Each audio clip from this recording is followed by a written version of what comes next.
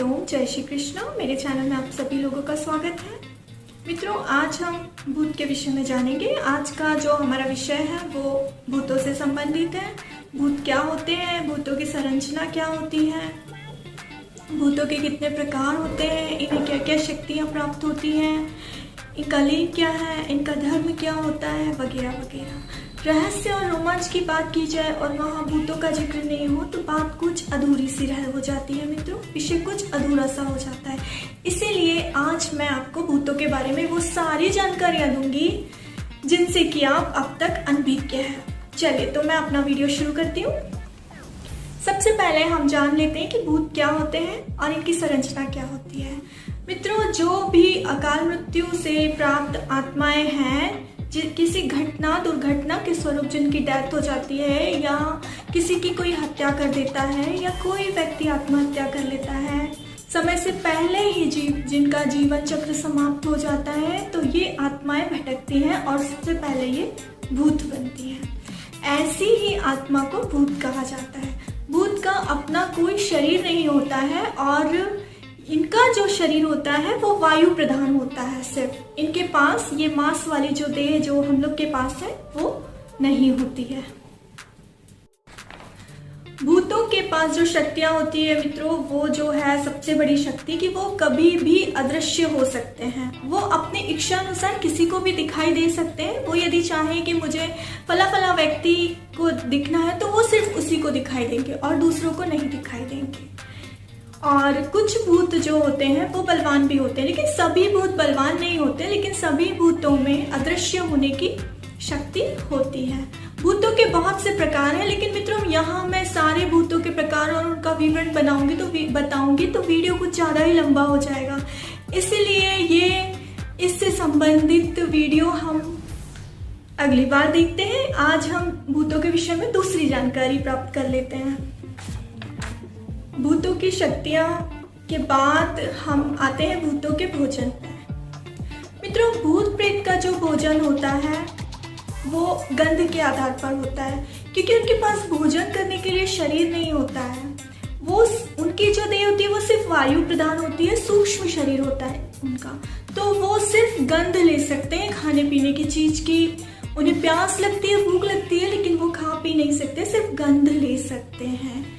या अगर वो किसी मनुष्य के अंदर प्रवेश कर जाएं तो फिर वो अपनी अतृप्त आत्मा को तृप्त कर सकते हैं। ये खाना तो बहुत कुछ चाहते हैं, प्यास ही नहीं लगती तो ये जल भी पीना चाहते हैं, परंतु इनके पास देह नहीं होती तो ये सक्षम नहीं होते।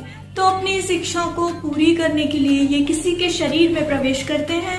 फिर जब वो मनुष्य भोजन करता है या जल ग्रहण करता है तब ये उस रूप में अपनी तृप्ति पाते हैं।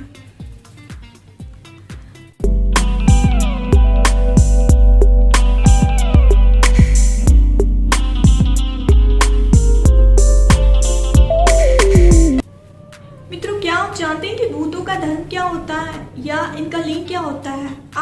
यदि मैं कहूं कि भूत जो है वो स्त्री भी होती है और पुरुष भी होते हैं, और यदि मैं ये कहूँ कि जो आत्माएं भटकती हुई वही भूत होती है, तो आप ये कहेंगे कि आत्मा का कोई स्वरूप नहीं होता है, तो वो स्त्री और पुरुष अपने आप को कैसे मान सकती है?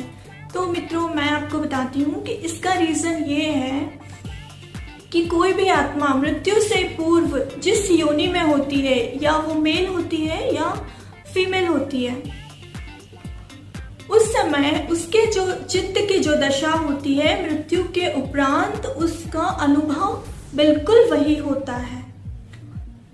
फर्क सिर्फ इतना होता है कि उसके पास उसकी देह नहीं रहती, लेकिन उसका धर्म, उसके चित्त की दशा, उसकी वृत्तियां सभी वही होती है जो कि जीवित अवस्था में थी। तो भूत इस तरह से मेल भी होते हैं और फीमेल भी होते हैं। पुरुष भूत भी कई प्रकार के होते हैं और जो महिला भूत है वो भी कई प्रकार की होती हैं।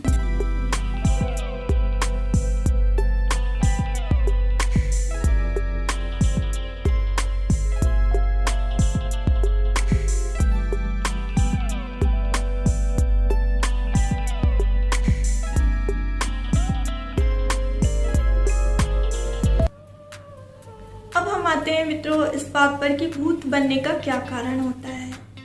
तो जैसा कि मैंने पहले बताया है कि जो अतृप्त व्यक्ति होते हैं, जिनकी इच्छाएं पूरी नहीं हो पाती हैं, अब जो बहुत ही ज़्यादा लालच से ग्रसित रहते हैं, जो व्यभिचार में लिप्त होते हैं, जिनके बहुत ही ज़्यादा पाप कर्म होते हैं और जिनका कर्म बिल्कुल ही मलिन होता है, जो मलिन बुद्धि के होते हैं, ऐसे ही व्यक्ति मृत्यु के उपरांत भूत बनते हैं या ऐसे ही व्यक्तियों को भूत सताते हैं। भूतों का शरीर में प्रवेश करने का क्या कारण है? ऐसा व्यक्ति जो किसी पाप में लिप्त होता है, जो व्यभिचार में लिप्त होता है, जो मलिन बुद्धि का होता है, जो दूषित प्रवृत्ति का होता है, जिसमें कोई संस्कार नहीं होते हैं, जिसका कोई नियम नहीं होता है, जो भक्ति से विरक्त होता है, ऐसे व्यक्तियों के अंदर ही भूत अपना निवास करते हैं। और भूत अपनी इच्छा के अनुसार हर किसी पर निवास नहीं कर सकते। भूत अपनी इच्छा के अनुसार हर किसी के शरीर में प्रवेश नहीं कर सकते हैं मित्रों। उनके ऊपर जिनका शासन होता है वो होते हैं भगवान भूतेश्वर या भूतनाथ, जिन्हें की शिव जी का एक रूप माना जाता है। भूतेश्वर के आदेश के बिना भूत कभी भी किसी के शरीर में अपने मन से प्रवेश नहीं कर सकते हैं। अब सवाल ये उठता है कि भूतेश्वर किसी मनुष्य की देह में भूतों को प्रवेश करने के लिए क्यों कहते हैं? इसका कारण भी मैं आपको बता देती हूँ। इसका कारण ये है कि जब व्यक्ति अपने कर्म भोग में लिप्त होता है, उसके जो कर्म की प्रवृत्ति है वो पाप के रूप में होती है, व्यभिचार के रूप में होती है, जिसका मलिन कर्म होता है, अशुद्ध कर्म होता है। ऐसे व्यक्ति को दंडित करने के लिए भगवान भूतेश्वर भूत को उसके घर, उसके अंदर निवास करने का आदेश देते हैं और तब वो अतृप्त आत्मा या भूत या प्रेत जो भी है वो उस शरीर में प्रवेश करती है और दंड स्वरूप उसको बहुत ज़्यादा क्लेश या बहुत ज़्यादा कष्ट देती है। और ये जो आत्मा है उसी शरीर में प्रवेश करके फिर भोजन और जल ग्रहण करती है और स्वयं को तृप्त करती है। मित्रों, भूत जो होते हैं वो शरीर, मनुष्य के शरीर की किसी भी इंद्रियों से प्रवेश कर सकते हैं। उसके श्रवेंद्रियों से या नेत्रों से, मलद्वार से, मूत्र द्वार से या किसी भी इंद्रियों से भूत मनुष्य के शरीर में प्रवेश कर सकता है। और ये मनुष्य की जो अहम की वृत्ति होती है, अहंकार की वृत्ति होती है, मैं के रूप में, वहां पर ही भूतों का वास होता है। आपने किसी व्यक्ति को देखा होगा जिसमें अहंकार की बहुत ज्यादा वृत्ति होती है, मैं इस तरह। तो ये अत्यधिक, जरूरत से ज्यादा जो अहंकार है वो भी एक प्रेत होने की निशानी है।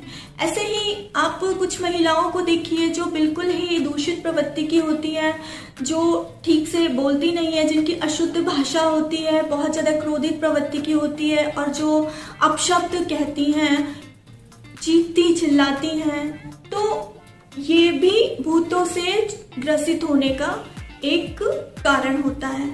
हम कई लोगों को जानते हैं उनके व्यवहार के कारण, लेकिन हम ये नहीं जान पाते कि उनमें किस भूत का साया है या उनके अंदर कौन सा भूत प्रवेश कर गया है। जी हाँ मित्रों, ये जो प्रवृत्ति है ये मनुष्य के भीतर भूत प्रवेश करने की ही प्रवृत्ति होती है। भूत प्रेतों को अपने शरीर से कब छुटकारा मिलता है, भूतों की मुक्ति कैसे होती है? तो मैं आपको बता दूं कि भूत प्रेत की आत्मा को किसी भी संत या महात्मा की शरण लेनी पड़ती है। अगर किसी भूत प्रेत की दृष्टि संत या महात्माओं पे पड़ती है, वो उनका दर्शन कर लेता है या उनका सत्संग सुन लेता है, तो भूत को तुरंत ही अपनी योनि से मुक्ति मिल जाती है और उसे तुरंत ही दूसरी देह प्राप्त हो जाती है उसके कर्मों के अनुसार।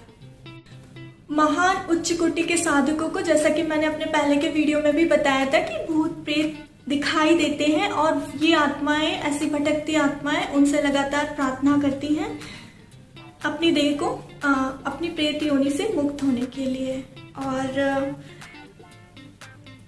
इन संत महात्माओं के द्वारा ही इन भूत प्रेतों की मुक्ति हो पाती है। भूतों का जो विभाजन है मित्रों, वो उनकी प्रभावों के आधार पर, उनके लक्षणों के आधार पर, उनकी शक्तियों के आधार पर किया गया है। अगले वीडियो में मैं आपको भूतों के प्रकार और उनकी प्रवृत्तियां बताऊंगी, लेकिन यहाँ कुछ ज़्यादा समय हो जाएगा, ये वीडियो ज़्यादा लंबा खींच जाएगा, इसलिए मैं यहाँ ये सब बताने में असमर्थ हूँ। इसी के साथ मैं आप सब लोगों से विदा लेती हूँ। हरिओम। आशा है मेरा वीडियो आपको पसंद आया होगा। Thanks for watching my channel.